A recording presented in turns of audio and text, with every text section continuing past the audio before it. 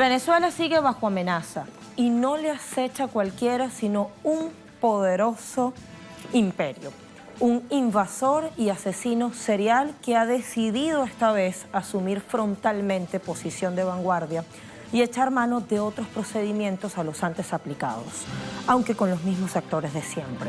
El pulseo entre legitimidad, institucionalidad, democracia e ilegalidad e irracionalidad persiste. Uno de los brazos operativos del enemigo guerrerista, los medios es decir, permanecen atrincherados o permanecen singular ese brazo, caldeando ánimos, alentando confusiones, haciendo ver que el enemigo prácticamente gobierna cuando no, trabajando en la construcción de un escenario de guerra, tratando de hacer de la frontera el punto clímax, el detonante, la gota que derrama el vaso. La ayuda humanitaria es un ingrediente activo del plan hegemónico. Desde la acera de los enemigos se pretende que la violencia se desborde y que ingresen tropas extranjeras. La verdad es que in situ aún hay calma y desarrollo normal de la cotidianidad. Venezuela a 200 años de angostura en nueva batalla por su independencia. Esa es nuestra jugada crítica de hoy. Se despliega el tablero, comenzamos a referir últimos acontecimientos y a mirar cómo se entrelazan o chocan los actores que están involucrados. Empezamos.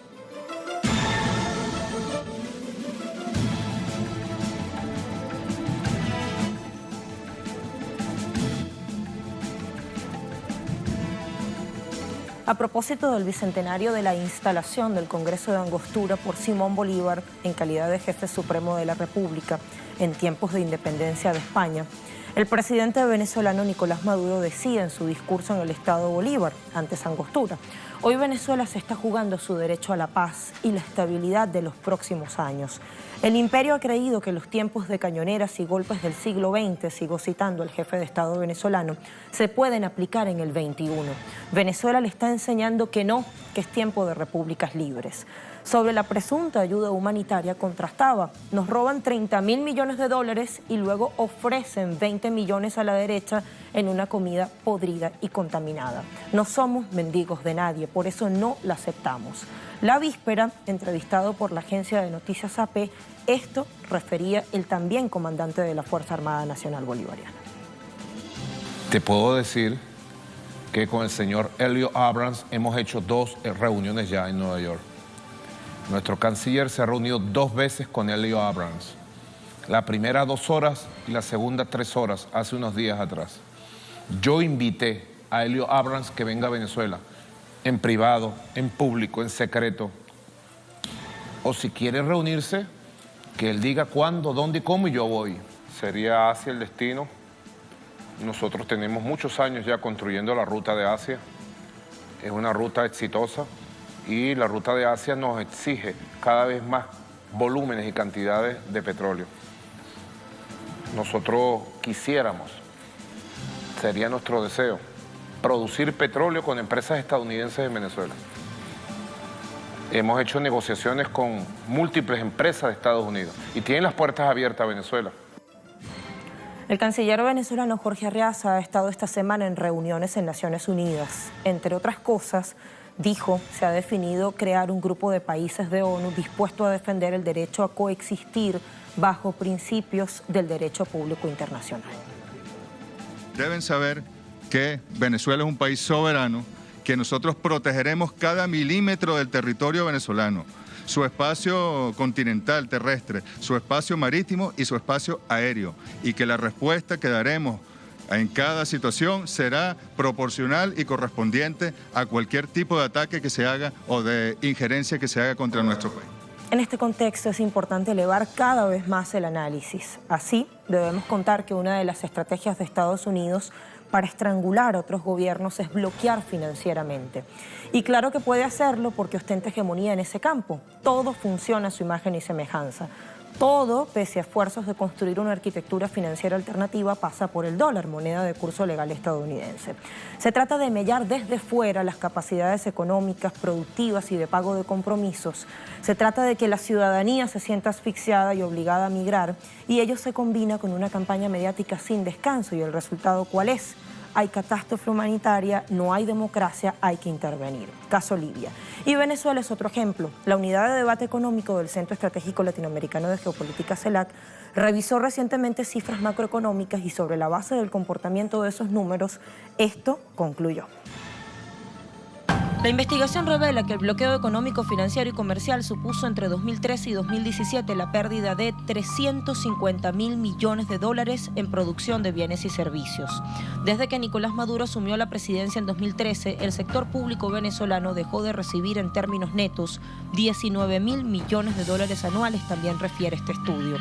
Otra de las consecuencias ha sido la expulsión de Venezuela de mercados financieros internacionales, lo cual le ha impedido recurrir al mercado de créditos tanto para renovar vencimientos como para hacer nuevas colocaciones.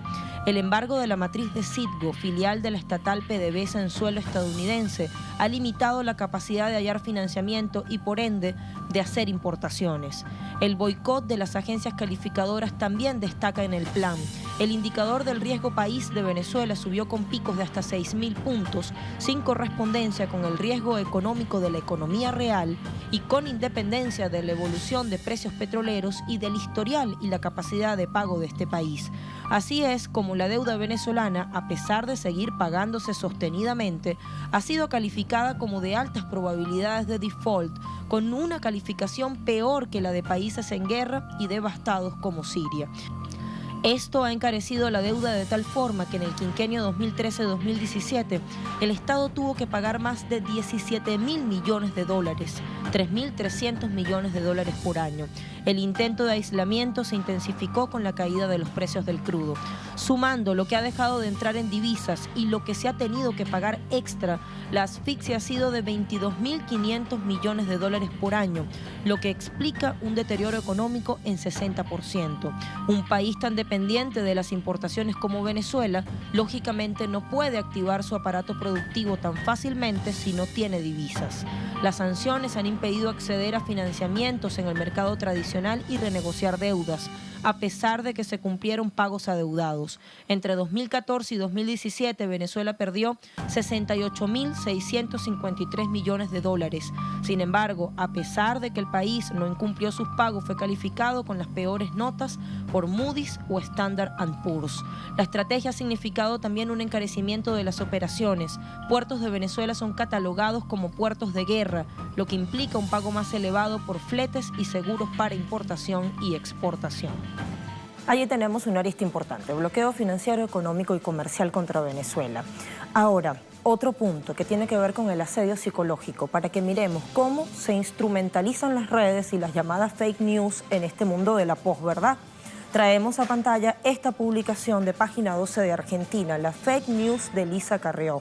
Tal vez ocupada por su defensa del fiscal Carlos Stornelli, acusado de extorsionar empresarios en la causa de los cuadernos, la diputada por Ciudad Autónoma de Buenos Aires, Elisa Carrió, no tuvo tiempo para corroborar que lo que difundiría era un fake. Venezuela hoy, de lo que nos salvamos, escribió, acompañando ese texto de algunas fotos en las que se mira una enfermera reanimando a un paciente, bebés recién nacidos en cajas de cartón y otras situaciones.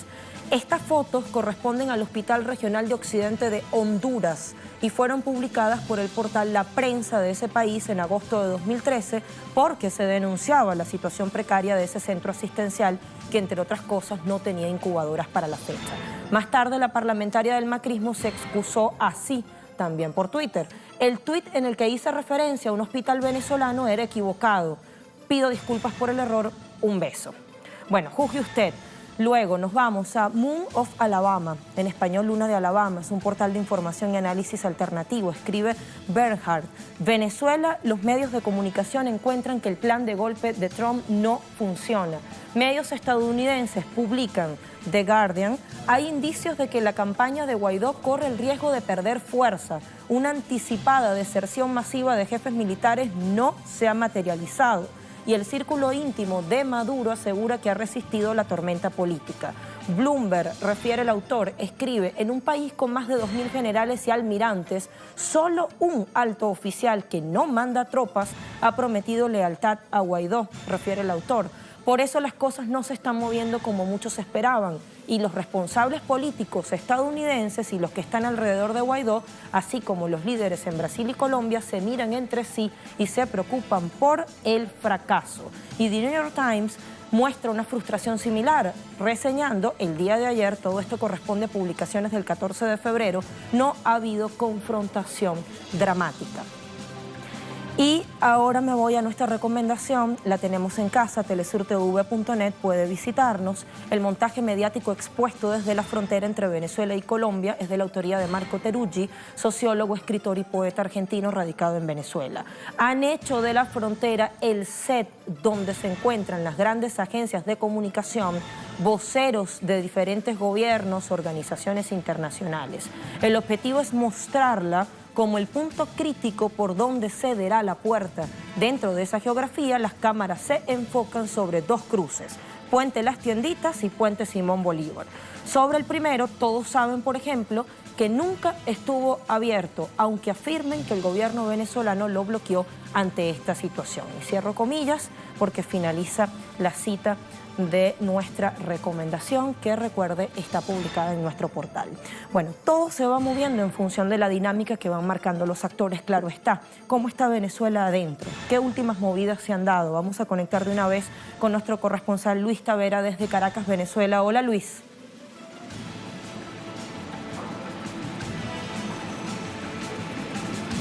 Hola Lucía, te saludo a ti, a la audiencia que sintonizan las pantallas de Telesur. Hoy una fecha histórica para todos los venezolanos, en una fecha donde se conmemora y se recuerda esta gesta, esta lucha de los venezolanos que trasciende a más de 200 años.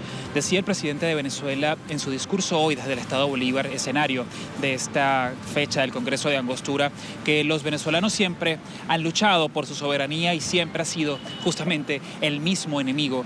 Los Estados Unidos, en sus pretensiones de querer colonizar a las tierras, se ha dedicado a optimizar estas estrategias para seguir interviniendo tanto y psicológicamente como militarmente, que son justamente la alerta que tienen los venezolanos ante lo que significaría una intervención militar en esta nación que no está preparada, no tiene una cultura de guerra, Lucía. Los venezolanos dicen que ellos no conocen lo que es un conflicto, que ellos están acostumbrados a resolver las diferencias políticas, las diferencias sociales a través de un voto, a través de una cultura democrática que ha afianzado la revolución bolivariana desde hace ya 20 años.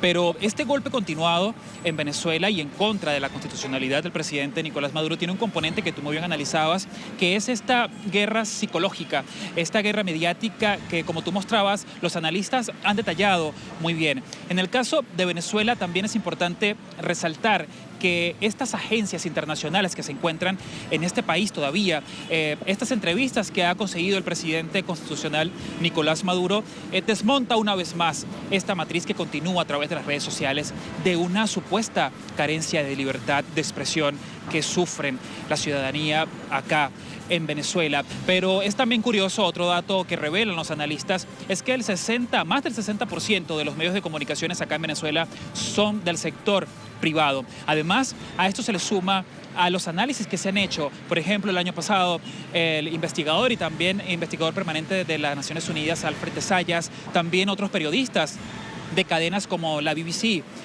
también han dicho que en los venezolanos se respira un ambiente de popularidad y un ambiente de aceptación al presidente de Venezuela, Nicolás Maduro, ya que en su discurso, en el testimonio de las personas siempre prevalece que ellos participan en elecciones, que acá en Venezuela siempre el venezolano ha elegido su presidente y es por eso que rechazan cualquier clase de intervención. Y no solamente, Lucía, son los seguidores de las fuerzas chavistas, sino también las personas que no simpatizan con Maduro dicen que en Venezuela siempre ha sido a través del voto que se ha respetado y se ha elegido a un presidente.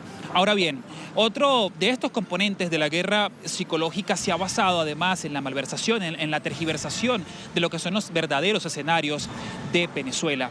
Cuando Estados Unidos, la administración de Donald Trump, quiere vender a través de sus medios aliados que en Venezuela se respira un ambiente, un escenario de tensión ciudadana, un escenario para una intervención militar o justamente un escenario para poder acceder e introducir una ayuda humanitaria. En Venezuela es totalmente lo contrario. La cotidianidad, las personas en las universidades, las personas yendo a sus lugares de trabajo, este ambiente de paz no combina ni concuerda con nada, Lucía, con los titulares que se ven a través de las redes sociales y que son denunciados no solamente desde el Ejecutivo Nacional, sino también desde la ciudadanía 2.0, quienes se preocupan por las noticias que se están llevando a otros países, esas noticias que alarman, esas noticias que venden a una Venezuela en conflicto que no tiene nada que ver con esta realidad. Justamente nosotros hemos hecho un recorrido por varios puntos de la capital venezolana, Lucía, y se nota esta cotidianidad que ya te mencionaba, pero no nada más esto, sino también esta jornada de recolección de firmas que ha propuesto el presidente Nicolás Maduro para mostrar fehacientemente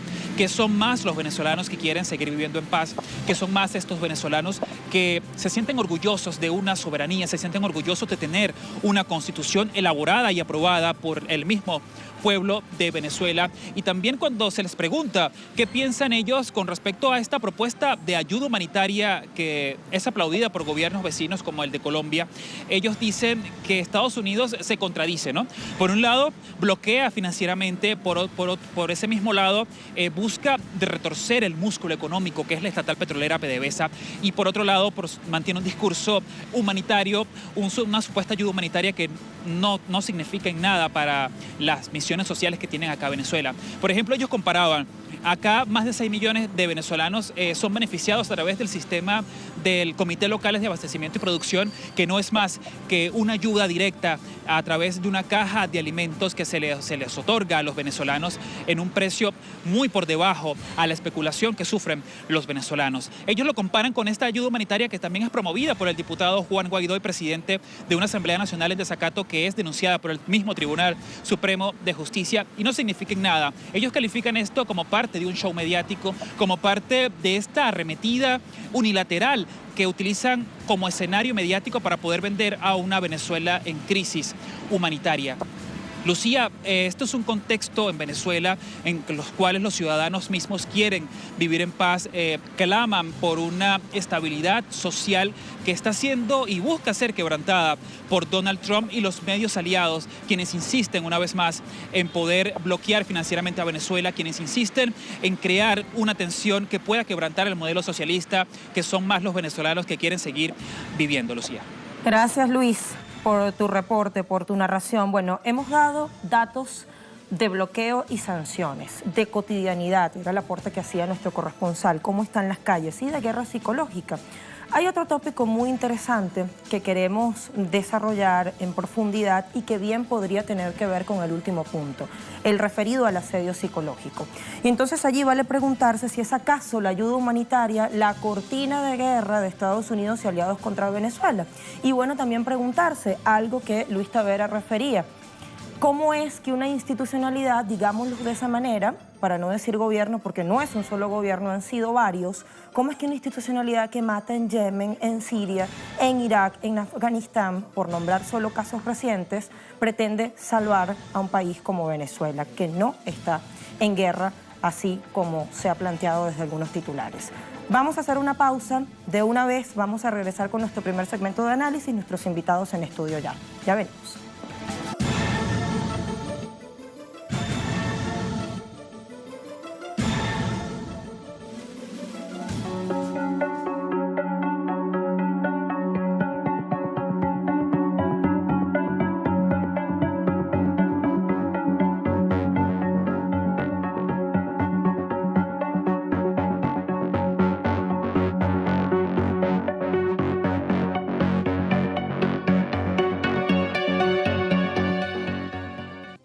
Estamos de vuelta. Venezuela, 200 años de angostura en nueva batalla por su independencia. Hemos decidido llamar así la jugada crítica por la fecha, 15 de febrero, 200 años o bicentenario de la instalación de ese histórico Congreso. Hay algunas precisiones conceptuales que queremos hacer para seguir abonando a la base de análisis. ¿Por qué decimos que el intento estadounidense de establecer una línea de suministro para la ayuda humanitaria, siempre entre comillas, en Venezuela, tiene un segundo propósito. Un dato, en la década de los 80 en Nicaragua, los aviones designados para hacer llegar esa ayuda humanitaria fueron cargados de armamento bajo órdenes de Elliot Abrams, ahora enviado especial de Trump para Venezuela. Sumamos.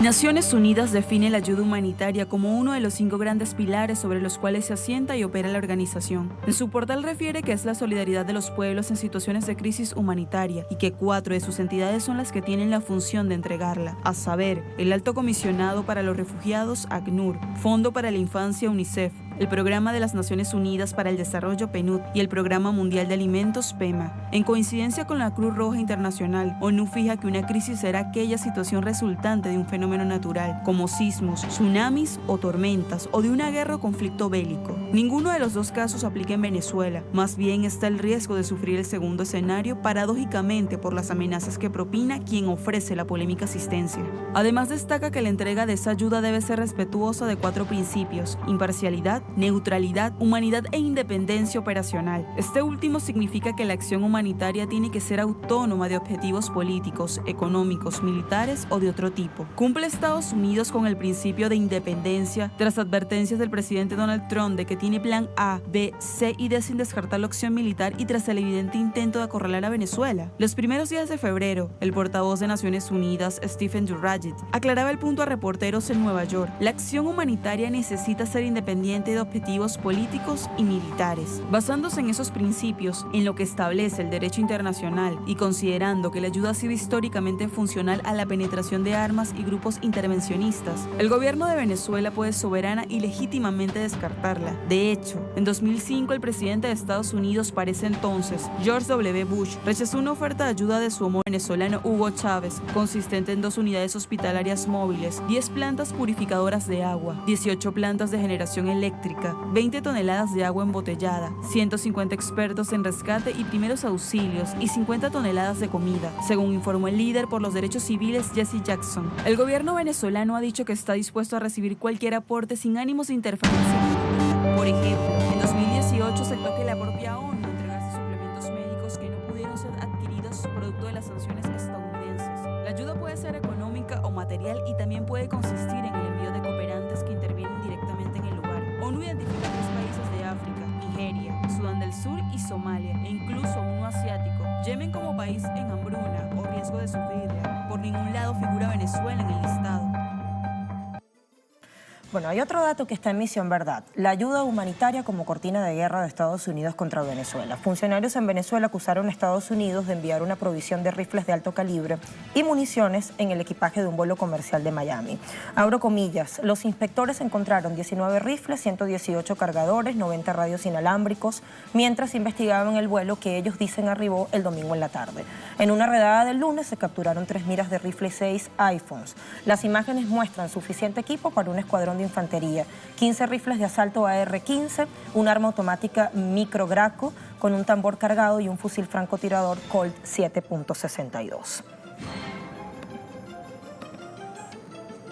Con todos estos datos y otros que vamos a ir añadiendo, vamos a profundizar. Nos ayudan a comprobar o negar nuestras hipótesis Olga Álvarez, constitucionalista, experta en materia electoral. Gracias a ti, Olga, por estar acá. Y William Serafino, jefe de redacción de Misión Verdad, portal de análisis conformado por un grupo de periodistas e investigadores independientes.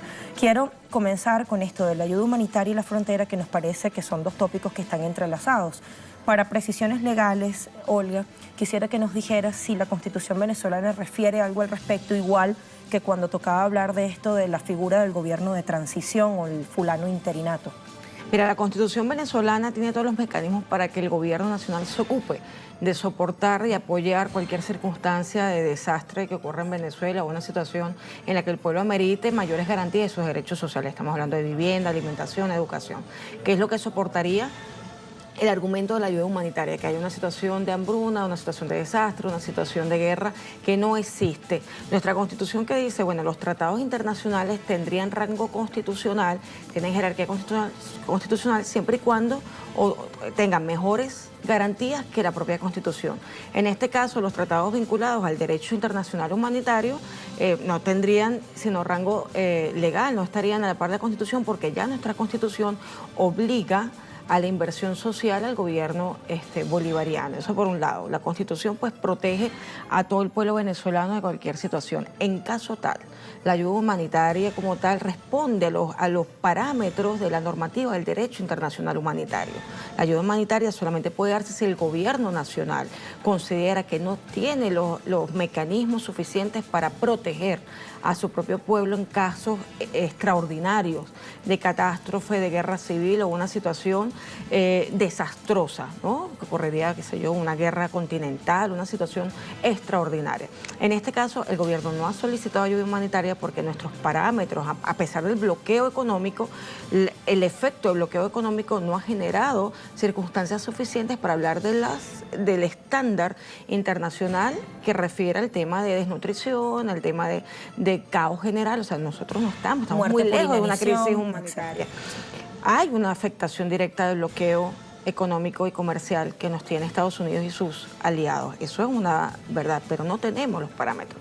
En ese sentido, el gobierno no puede estar de brazos caídos. El gobierno además está trabajando en proteger al pueblo del bloqueo económico y generar las relaciones internacionales y las triadas suficientes, la triangulación suficiente para proveer de alimentos y medicinas a todo el pueblo venezolano. Por un lado, y no ha solicitado a la ONU, al sistema de Naciones Unidas, bajo los parámetros del derecho internacional humanitario, que haya una ayuda al pueblo venezolano. O sea, lo que está llegando, lo que intenta llegar, además de las armas humanitarias que fueron detenidas, lo que intenta llegar es un donativo, que es un elemento hostil que se está utilizando para garantizar que puedan activar el derecho a proteger. Es decir, entre todas las doctrinas que han aplicado en Venezuela, que William es experto en el tema, una de ellas es la doctrina del derecho a proteger, una de las últimas. Tú generas el caos interno, causas una situación extraordinaria y yo le digo al mundo que yo soy el que tengo que proteger de una amenaza a la región e intervengo. Entonces, esa es la situación que tenemos. No hay ayuda humanitaria para Venezuela porque no está interviniendo el sistema de Naciones Unidas. No utilicemos más el concepto de ayuda humanitaria, solo como tú lo has hecho, entre comillas. Porque lo que hay es intento de generar donativos, que además no sirve. La ayuda humanitaria sirve para un solo objetivo, que es poder disminuir el sufrimiento de un pueblo en caso de desastre. Esto que se está intentando con estos donativos es aumentar el sufrimiento porque van aparejados de mayores sanciones y bloqueos económicos y comerciales a Venezuela y van aparejados de la intención de intervenir militarmente, lo que no ayudaría en lo absoluto a ninguna situación aparentemente de crisis humanitaria en Venezuela. Y rescatamos esos dos datos que teníamos en la pieza de contexto, William, y te doy la palabra. Dujarric, portavoz de Naciones Unidas, decía: la ayuda humanitaria no puede ser bajo ninguna circunstancia algo que responda a asuntos militares o políticos. Y también refería Antonio Guterres, el secretario general de Naciones Unidas, en una carta. Estamos dispuestos a prestar ayuda humanitaria solo si el gobierno actual así lo solicita, es decir, el gobierno del presidente Nicolás Maduro, porque el sillón de Venezuela lo sigue ostentando el gobierno de Nicolás Maduro. Yo te pregunto, ¿es la frontera el punto caliente para generar el asalto, para generar, digamos, la detonación que tanto necesitan? Sí, yo creo que hay dos cosas importantes. Primero, que todos estos posicionamientos que ha habido alrededor de la ayuda humanitaria marcan un hecho de victoria también política a nivel internacional por parte del gobierno bolivariano. Es decir, se remarca al gobierno venezolano en sus rasgos de legitimidad y de reconocimiento internacional, que es justamente la válvula que han intentado utilizar para socavar la credibilidad internacional del gobierno del presidente Nicolás Maduro. Creo que estos posicionamientos también nos colocan en un momento global en el que se ha querido tratar de colocar una especie de escenario de guerra fría de dos bloques enfrentados en Venezuela y que justamente la posición de la Cruz Roja, tanto del secretario general de la ONU, dan cuenta de que la legitimidad sigue estando en el presidente Maduro. Eso ya de por sí socava los intentos de fabricar una legitimidad portátil artificial por parte del autoproclamado Juan Guaidó. Justamente la frontera, en este puente de tienditas que nunca ha estado operativo, fíjate tú que también hubo un manejo psicológico y simbólico muy importante. Es decir, se proyectó la imagen mundial de los 3 containers o los camiones cisternas que supuestamente estaban bloqueando el acceso al puente y se intentó prefigurar en la frontera una especie de escena antimuro de Berlín, preparando la llegada del gran momento de la intervención, del gran momento del choque, para, digamos, generar una acción desencadenante hacia las Fuerzas Armadas y buscar el quiebre de la Unión Cívico-Militar, que es la precondición que están colocando ellos y los Estados Unidos para un escenario de intervención. Justamente la frontera, decía el gobierno holandés que iban a utilizar Curazao como uno de los puntos de acopio. La crisis en Brasil tampoco ha permitido que se decante cuál va a ser el supuesto centro de acopio en Brasil, pero en Cúcuta también están dando los pasos y están avanzando en función de eso. En mi opinión, lo que están buscando también es generar una especie de revolución de color a escala humanitaria y a escala fronteriza, bajo el método de Gene Sharp, pero utilizando también toda la experiencia y el acumulado de los cascos blancos en Siria, es decir, todos estos brazos humanitarios que suelen utilizarse para generar confrontación y para generar atracción mediática mundial para justificar una acción militar por la frontera. Pero hay elementos novedosos y procedimientos de otro tipo. ¿Cuáles serían? Bueno, los procedimientos novedosos es primero el uso de la operación psicológica como un mecanismo para cambiar el clima de opinión, el estado de ánimo y condicionar a la ciudadanía venezolana para que apoye una acción militar. Es un elemento novedoso por cómo, digamos, han avanzado las redes sociales y los mecanismos tecnológicos desde la invasión a Libia. Es decir, cada año la sociedad mundial viene sufriendo un conjunto de avances tecnológicos que cada vez colocan estas armas de guerra con un mayor nivel de efectividad. Yo veo en ese parámetro un elemento novedoso.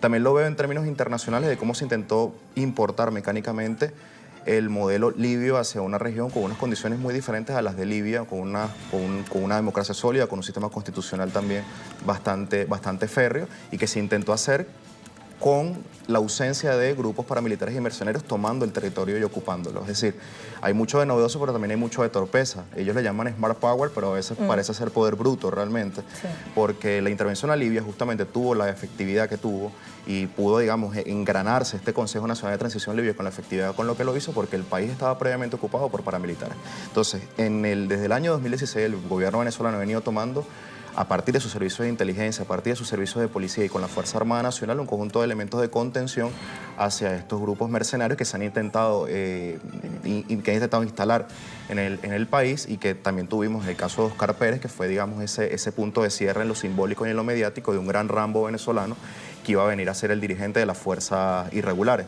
Fíjate tú que cuando nosotros vemos el trayecto de la situación venezolana, se han venido tomando pasos fundamentales en lo militar, en la contención de lo que quedó de la Guarín Bartillada del año 2017, en lo económico con los CLAP, desde el punto de vista financiero con el Petro y el plan de ahorro en oro. Es decir, el gobierno venezolano también ha tenido muchísima capacidad de anticiparse con 2 años antes a este conflicto para generar también base de sustentación y poder socavar también los intentos de cambio de régimen. Ahora, se pretende presentar la frontera como ese punto caliente, como decíamos, donde confluirían los frentes nacional e internacional para lograr una suerte de quiebre definitivo. Nos dice William que ve que ha habido una victoria a todas luces del gobierno, y pregunto, a propósito de esa palabra victoria, si también lo ha sido la presencia que ha tenido una delegación enviada por el presidente Nicolás Maduro, encabezada por el canciller Jorge Arreaza, al escenario de Naciones Unidas, que aun cuando algunos dicen es una arena jurídica debilitada, un esquema fracasado, digamos, es lo que reconoce el propio establishment, ¿no? Entonces te pregunto, Olga, para ya irnos a una pausa. Precisamente la victoria, hemos ido de victoria en victoria, pequeñas batallas con grandes victorias a nivel internacional. El hecho de que haya un grupo de países que en el sistema de Naciones Unidas se esté planteando el rescatar los principios de la propia Carta Fundacional de la ONU, habla de una victoria importante, porque eso pone en jaque la situación dentro del propio seno de las Naciones Unidas y desmonta la intención de Estados Unidos de llevar estos temas al Consejo de Seguridad, llevarla a la Asamblea General de la ONU o utilizar el Consejo de Derechos Humanos como una herramienta para poder garantizar la aplicación de la doctrina del derecho a proteger. O sea, pone en tela de juicio en este momento, otros países aliados están poniendo en tela de juicio que el sistema no está cumpliendo los objetivos para el cual fue fundado, y la responsabilidad de este quiebre institucional, que es garante de la paz mundial, es producto de la actuación irresponsable de Estados Unidos, de Israel y de sus aliados. O sea, es positivo, es una victoria de la diplomacia de paz bolivariana a nivel internacional. Esa y otras acciones que están surgiendo del seno de cada uno de esos países aliados, desde los movimientos sociales, movimientos de izquierda, movimientos hasta ecologistas, que están reconociendo que la intervención militar, lejos de resolver una situación, va a empeorar y va a poner a la única región de paz del mundo en una situación de peligro, en una situación de posible guerra. Bueno, ciertamente hay una polarización tanto adentro como afuera, pero hasta ahora la balanza se inclina a favor de ¿qué? Es lo que quiero consultarles a la luz de los acontecimientos que hemos estado siguiendo, es decir, volver a la correlación de fuerzas. ¿Realmente el presidente Nicolás Maduro es desconocido por el concierto de naciones y organizaciones internacionales? Es decir, no nos limitemos nada más a revisar la postura de Naciones Unidas. Una pausa y venimos con más y nuestros invitados, Olga y William.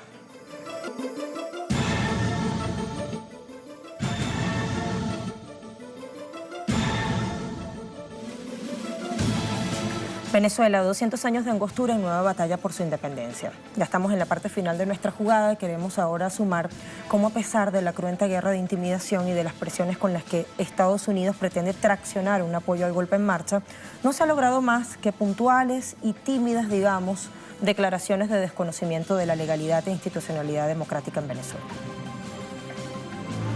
La Organización de Estados Americanos, OEA, como bloque, no ha reconocido unánimemente mediante un comunicado al opositor autoproclamado Juan Guaidó. Sí lo hizo su secretario general Luis Almagro, pero a cuenta y riesgo propios. Naciones Unidas tampoco lo ha hecho y más bien sus líderes han mantenido en las últimas horas reuniones con una delegación del gobierno legítimo del presidente Nicolás Maduro, encabezada por el canciller Jorge Arreaza. Además, el secretario general Antonio Guterres hizo saber a través de una carta que da su visto bueno a dar ayuda humanitaria en Venezuela, tanto sea solicitado por el actual gobierno. Y es que el asiento de Venezuela en esta organización está ocupado por el gobierno del presidente Nicolás Maduro, y Guterres no podría impulsar una respuesta humanitaria en Venezuela sin su aprobación o la autorización del Consejo de Seguridad. En el caso del Consejo de Seguridad, si es que Estados Unidos quisiera tratar el tema en esa instancia, Venezuela tiene dos importantes aliadas, China y Rusia. Consultado en su vuelo de regreso a Roma después de visitar Panamá, el Papa Francisco dijo: sería una imprudencia decir lo que se debe hacer sin hacer reconocimiento alguno de la ilegalidad de la autoproclamación. Países de importancia en el prisma geopolítico como China, Rusia, Turquía, Irán, México y Sudáfrica tampoco validan la opción de otro presidente que no sea Maduro. Las dos primeras potencias fueron claves en la sesión del Consejo de Seguridad del pasado sábado 26 de enero, desarrollada a petición del gobierno de Estados Unidos,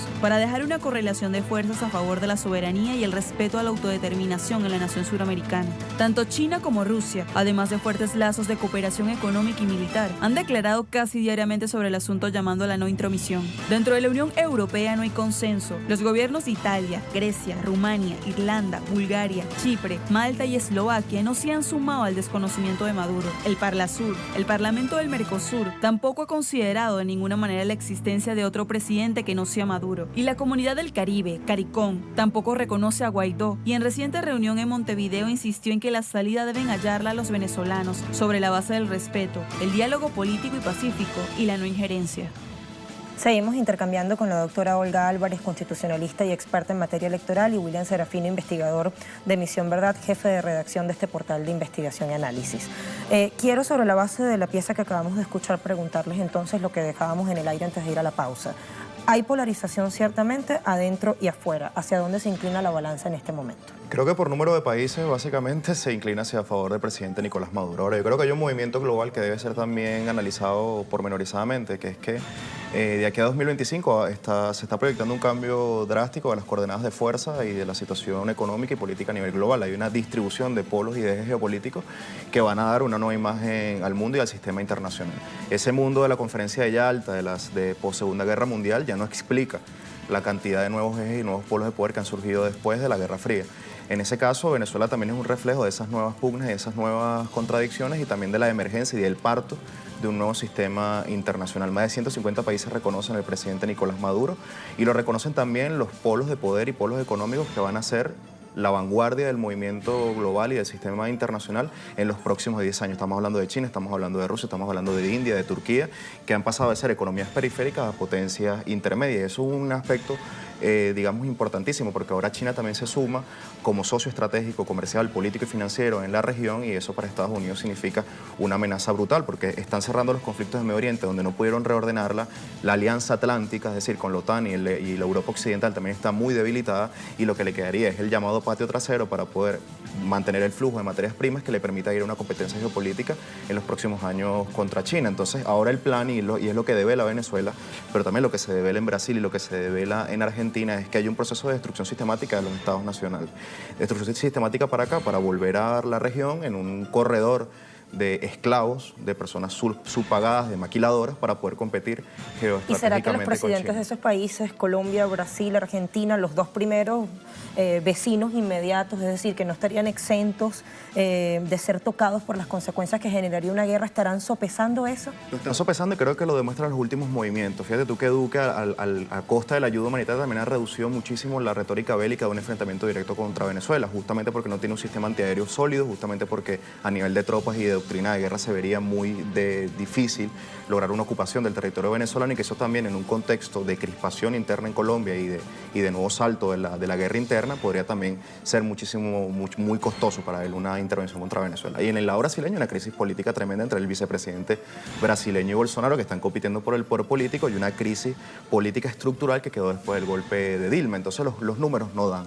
Los números no dan ni en la región ni en la propia clase política estadounidense, que no ha logrado armar un consenso alrededor del Congreso de los Estados Unidos para posibilitar una acción militar. Entonces, de lo que pasó el 23 de enero, de una autoproclamación por todo lo alto, de insuflar las expectativas a un nivel inédito, ahora comenzamos a ver cuáles son las verdaderas bases de sustentación del golpe, y comenzamos a ver cuáles son las grietas que se comienzan a formar. ¿Se está desinflando? ¿Sería acertado concluir que está fracasando el golpe? En dos palabras creo que sí. Primero porque, y lo resumo rápidamente, ellos, en lo que demuestra Irak y Libia justamente, es que ellos para intervenir militarmente necesitan dos precondiciones. La fractura de las Fuerzas Armadas para apoyar movimientos paramilitares y un escenario de guerra civil. Es decir, Estados Unidos demostró en Irak y demostró también en Siria y en Libia que con medios militares no pueden alcanzar sus fines y sus objetivos políticos. Entonces, en Venezuela, para el momento de la intervención, necesitan justamente esas dos precondiciones: que se quiebre la Fuerza Armada, por eso todas las operaciones psicológicas en su contra, y que existe un escenario de confrontación y de guerra civil para poder legitimar la ocupación. Sin eso es muy difícil una acción militar, porque no alcanzaría ningún objetivo político y aumentaría el rechazo hacia los Estados Unidos a nivel internacional. Y si eso ya es imposible o está en un nivel de probabilidad bajo, según lo que hemos visto esta semana con las declaraciones de Elliot Abrams, con otros posicionamientos del Congreso de los Estados Unidos por el lado demócrata, de otros países, a través incluso del Grupo de Lima, que intentan también rechazar una intervención militar. No sabemos si yo creo que es más por lavarse las manos que por una intención de que realmente no suceda, pero realmente la carta es la acción militar y no se está dando, y hay muchas voces en contra. Le pregunto ahora a Olga su opinión y qué significaría para Estados Unidos un fracaso en un escenario geopolítico como el que representa Venezuela. Bueno, en este momento sería perder la oportunidad de reacomodar las fuerzas en la región, poder competir con las potencias emergentes que ya señaló William. Estamos hablando de India, Turquía, Rusia, China, que se han posicionado como potencias emergentes aliadas además de Venezuela. Y sería bueno replantearse cuál va a ser la jugada internacional cuando ellos quieren ocupar un nuevo orden, o sea, reorganizar la hegemonía que habían conquistado durante décadas, y quieren en este momento pues crear las condiciones para seguir, como dice William, acabando con los estados-nación. Sería replantearse cómo van a hacer, o sea, no lo logran por esta vía. ¿Cuál va a ser, adentro, ¿no? ¿Cuál va a ser el nuevo mecanismo para poder controlar la región? O sea, ante esta situación se van a desesperar aún más. ¿Cuál va a ser la situación en Estados Unidos para poder mantener el control, o el control que creen tener sobre la región? Es una situación que los pondría a replantear entre sus doctrinas cuáles van a empezar a aplicar en todo el hemisferio, ¿no? En el hemisferio que para ellos, según el destino manifiesto, les pertenece. Ahora, Olga, el asedio psicológico, la industria del rumor con inundaciones en redes sociales de los llamados fake news o noticias falsas, ¿es una condición sine qua non de este plan orquestado? Mira, estamos en una guerra multiforme en la que se han aplicado todas las doctrinas conocidas: la doctrina del Estado fallido, del Estado forajido, quieren aplicar la doctrina del derecho a proteger, han aplicado diferentes doctrinas del caos constructivo en Venezuela para poder acabar con el Estado-nación, crear rupturas dentro de las Fuerzas Armadas, romper la cohesión social que existe en Venezuela. Es decir, en este escenario ellos han implementado todas las posibilidades, incluyendo la de la operación psicológica, acompañando permanentemente cada una de ellas, entre ellos la guerra económica. El reciente despliegue de la operación que relató William en la frontera intentó, por supuesto, generar miedo, generar pánico y crear una ruptura dentro de las Fuerzas Armadas Nacionales y dentro del propio pueblo bolivariano que apoya al presidente Nicolás Maduro. O sea, está enfocado a deslindar la identificación que hay del pueblo venezolano con el presidente Nicolás Maduro, a quien reconoce como su líder legítimo, además de presidente constitucional, líder legítimo del proceso revolucionario. De hecho, recientemente hubo una situación en la que los propios sectores de la oposición decían, un momento, dejen de lado la operación psicológica del secuestro porque es muy evidente. No hay una sola madre, un solo padre que haya denunciado el secuestro de un niño. O sea, no sigan utilizándolo como un mecanismo para causar pánico y, por supuesto, cuando tú tienes activado tu cerebro reptiliano, tu conducta va a ser muy violenta con respecto a cualquier situación que se presente.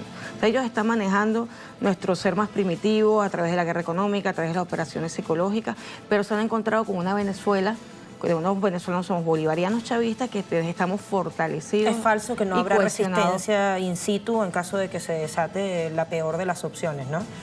¿Cómo que no? Es falso que no habrá una resistencia porque a veces se plantea como que el pueblo venezolano recibe con beneplácito una intervención extranjera y está llamando cada vez más la llegada de tropas. El pueblo venezolano lleva sangre de Simón Bolívar, no de Libertad. Vamos a hablar de Simón Bolívar, que llamó a la unidad, a la cohesión social, a buscar los mecanismos institucionales para un Estado unitario, para tener un solo objetivo, ser un solo pueblo con un objetivo, con un sentimiento de nación que defienda la autodeterminación y nuestras doctrinas históricas, que son las de la libertad de toda forma de dominio extranjero.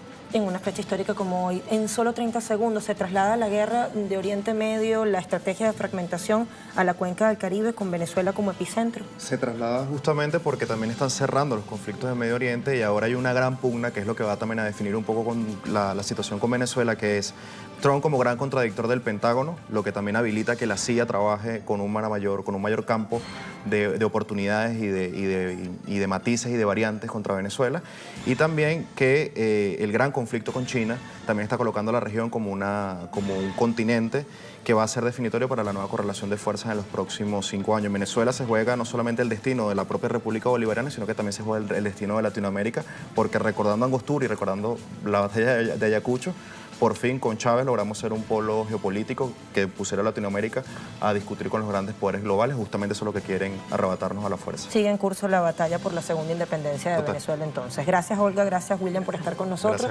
Sobre la base de lo que hemos intercambiado y de los datos científicos que acá hemos mostrado, porque hemos revisado fuentes que se han dedicado desde hace mucho al seguimiento de este asunto, vamos a pasar a nuestras conclusiones.